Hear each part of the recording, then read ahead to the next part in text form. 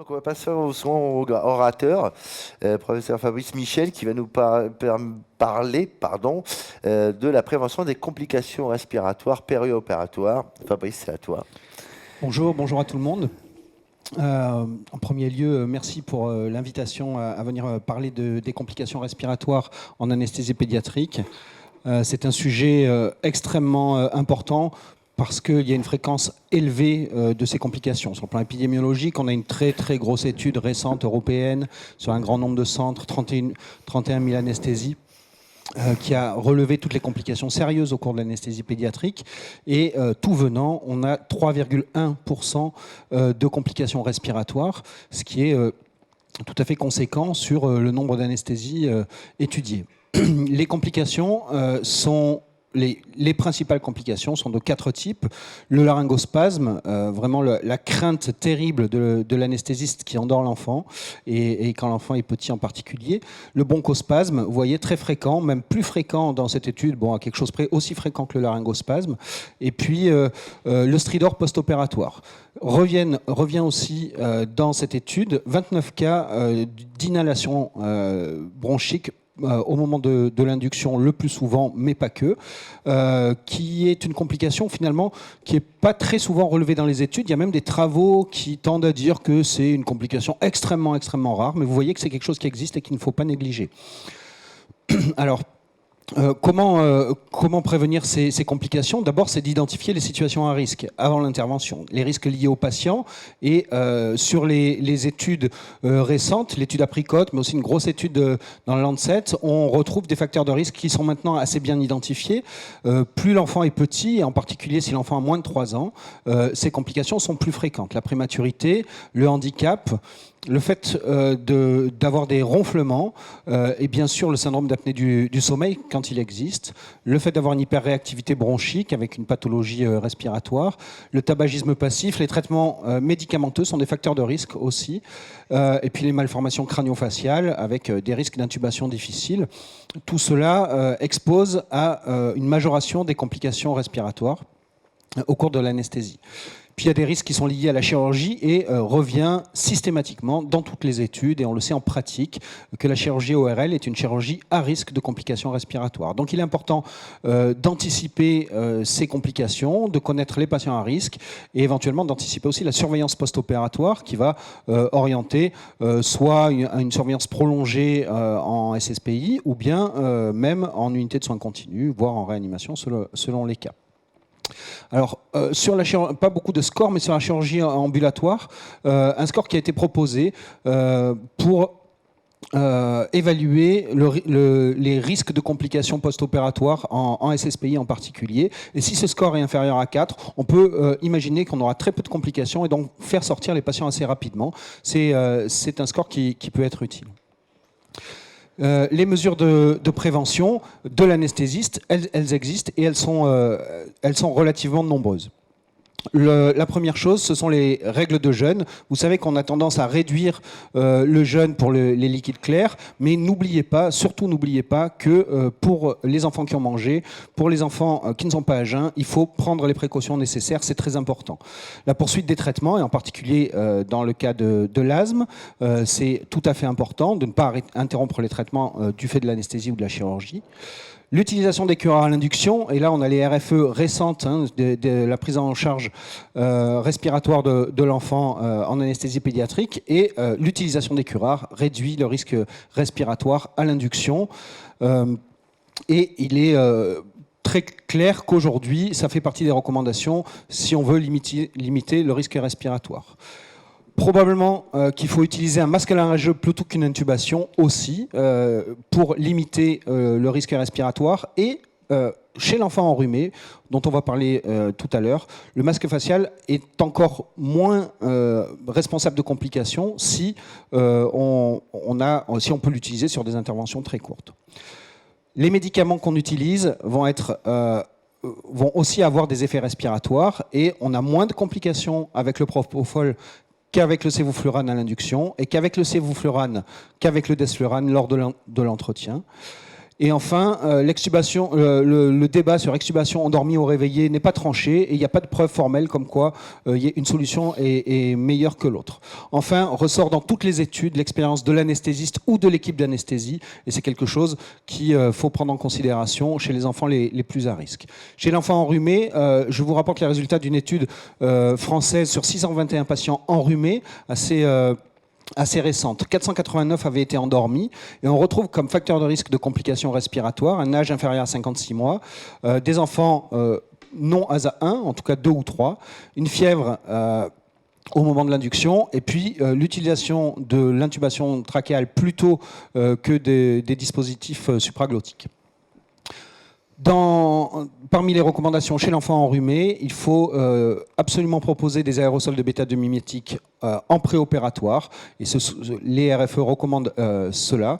Et puis, comme on le disait, le masque facial plutôt que le masque laryngé, plutôt que l'intubation, sauf dans le cas des amygdales où l'intubation, elle, est recommandée. Alors finalement, on retient l'importance du dépistage des facteurs de risque, la prévention de la pathologie spastique en cas d'hyperréactivité bronchique, l'importance des médicaments qu'on va utiliser, curare, propofol, éventuellement midazolam, on pourra en parler, importance du mode de contrôle des voies aériennes et l'expérience des équipes a certainement un rôle dans la prévention de ces complications. Merci beaucoup. Alors, il y a une question, elle est assez intéressante. Alors, un rapport, c'est... Qu'en est-il de la pression motrice pour la ventilation protectrice en péropératoire? Alors peut-être qu'on va décomposer un peu la question. On va commencer d'abord par la ventilation protectrice en ventilation péropératoire, notamment en pédiatrie. Parce que est-ce que c'est à la mode, ça se fait, on a des arguments, etc. Alors, à la mode, je ne sais pas. Ça se fait, je ne sais pas. Que ce soit recommandé, évidemment, c'est probable. On sait que la ventilation mécanique a un impact sur le poumon, quoi qu'il arrive, que l'augmentation des pressions, que l'augmentation des volumes, au-delà de certains seuils, va induire des lésions pulmonaires. C'est bien montré chez l'adulte. Il y a maintenant des données très très fiables. Il n'y en a pas chez l'enfant, à ma connaissance, à moins que quelqu'un ait cette connaissance-là. Mais à ma connaissance, il n'y a pas de données qui disent qu'aujourd'hui, il ne faut pas dépasser 8 ml/kg de volume courant, 28 de pression, etc. C'est quelque chose qui, à ma connaissance, n'existe pas. Maintenant, en pratique, il faut le recommander. Et personnellement, dans l'équipe, on est à cheval là-dessus. On essaye vraiment de prévenir l'augmentation des volumes, l'augmentation des pressions dans la ventilation chez l'enfant. Merci. Alors, une autre question, c'est finalement dans l'éventail des complications qu'on a, on a un peu de tout. Alors, en tout cas, quand on pose la question à un anesthésiste réanimateur adulte, la première réaction, c'est nous, on est plutôt dans l'étude de la mortalité, vous êtes plutôt dans l'étude de la petite complication. Alors, qu'est-ce qui relève finalement de l'habituel? Parce que pour ceux qui font l'anesthésie pédiatrique, c'est quasiment de l'habitude de voir de laryngospasme, des bronchospasmes. Qu'est-ce qui est d'autres complications qui méritent, ou on va dire, qui sont beaucoup plus graves? Et pour là, il faudrait cibler réellement les choses. Alors, je crois que ce n'est pas vraiment la complication par elle-même qui est embêtante. Le laryngospasme, effectivement, c'est extrêmement stressant. On a des saturations parfois très très profondes, du mal à récupérer une saturation correcte. Pour autant, la mortalité dans le laryngospasme, elle est extrêmement, extrêmement faible. Il y a très peu de mortalité. D'ailleurs, dans l'étude Apricot, il n'y en a pas. De complications. La complication respiratoire par elle-même ne va pas entraîner de mortalité. En revanche, le terrain sous-jacent va avoir une importance fondamentale. C'est-à-dire que chez un enfant ASA 1 de 5 ans, chez qui on a un laryngospasme et qu'on arrive à récupérer malgré une désaturation profonde, bien que les choses ne soient pas étudiées très en profondeur, il semble que les conséquences post-opératoires soient mineures. En revanche, on sait très bien que chez un enfant qui a un terrain sous-jacent altéré, une cardiopathie, un problème respiratoire important, on peut avoir des conséquences très importante de ces complications respiratoires. Donc la complication respiratoire par elle-même, non, elle entraîne finalement assez peu de complications post-opératoires et de séquelles. En revanche, chez des patients dont le terrain est très altéré, c'est quelque chose qui peut avoir des conséquences importantes. Autre question, alors on va juste parler du syndrome d'apnée obstructive du sommeil. C'est quelque chose qui est en général très, disons-le, hein, négligé, notamment sur le dépistage, etc. Tu en penses quoi voilà. Est-ce qu'il faudrait faire beaucoup plus d'efforts? Est-ce qu'il faudrait être un peu plus avoir des politiques pour le dépistage, pour la prise en charge de ces patients? Parce que on fait attention quand ils sont en ORL, mais c'est vrai que dans d'autres situations, on est peut-être un peu plus négligent envers la pathologie. Oui, c'est vrai. Alors, en ORL, effectivement, ce sont les chirurgiens eux-mêmes qui vont aller explorer ça, et puis ça va être l'indication souvent de l'intervention. Donc, c'est vrai que dans l'amygdalectomie, souvent c'est bien exploré, soit bon, plus ou moins profondément, mais en tout cas, on a des données. C'est vrai que pour le reste de la chirurgie, c'est quelque chose qui est souvent un peu négligé, voire même complètement. Demander aux parents si l'enfant ronfle et fait des apnées, c'est déjà une première étape. Et probablement que ça doit entrer en considération. Ça va sans doute pas modifier la prise en charge péropératoire, mais ça peut modifier la surveillance post-opératoire en salle de réveil, par exemple, prolonger cette surveillance. Et puis quand des apnées sont manifestes, que les parents les signalent, c'est sans doute nécessaire d'aller faire des explorations un petit peu plus poussées pour envisager une surveillance post-opératoire, au moins hospitalière. Très bien. L'oxygénothérapie haut débit. Hein, l'optiflow, comme on dit. Alors c'est quelque chose qui est en train de prendre un peu dans les différentes pratiques. On le sait en adulte, on sait aussi qu'en pédiatrie, les gens commencent un peu à utiliser la pratique. Tu peux nous en dire quelques mots sur la diffusion, les avantages éventuellement?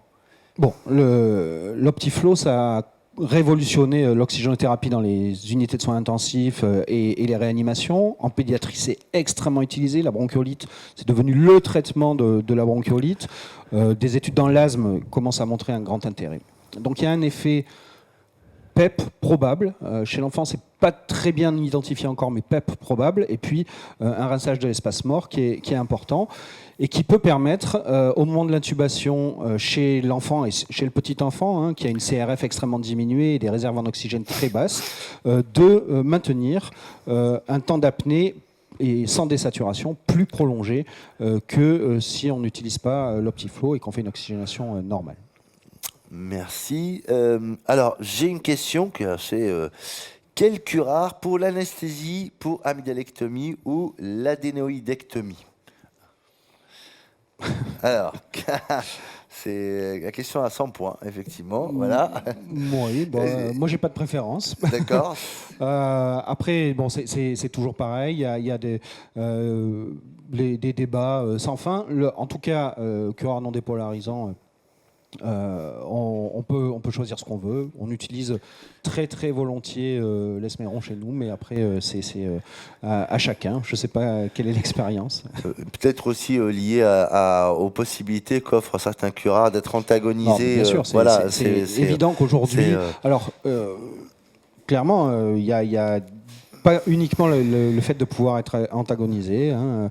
Ce qui est sûr, c'est qu'il faut antagoniser quand on utilise des curares, surtout sur les interventions. Sur les interventions courtes, ça, je crois que c'est surtout ça le message qu'il faut dire. Le choix du curare par lui-même, non dépolarisant, je crois que c'est pas forcément quelque chose de fondamental. Et en tout cas, il n'y a pas de preuve de supériorité de l'un sur l'autre, à ma connaissance. Une question également, valeur de la PEP en péropératoire. Alors c'est très clair, hein, la PEP, ça évite les microatélectasies et ça limite les désaturations post-opératoires après l'extubation. Donc très clairement, il y a un niveau de PEP il faut maintenir un niveau de PEP péropératoire, à moins d'être dans des conditions très particulières, mais souvent, par exemple, sur des célioscopies ou des pressions abdominales un peu élevées, c'est tout à fait favorable d'avoir une PEP. Moi, je règle une PEP à 5 de façon systématique, à peu près chez tous les enfants qu'on endort et qu'on ventile, dans la mesure où les pressions restent raisonnables. Alors après, évidemment, c'est quand on contrôle parfaitement les voies aériennes et qu'on a un enfant qui est intubé. En masque laryngé, les choses sont un peu différentes et il faut vraiment se méfier de l'augmentation des pressions. Très bien, merci beaucoup.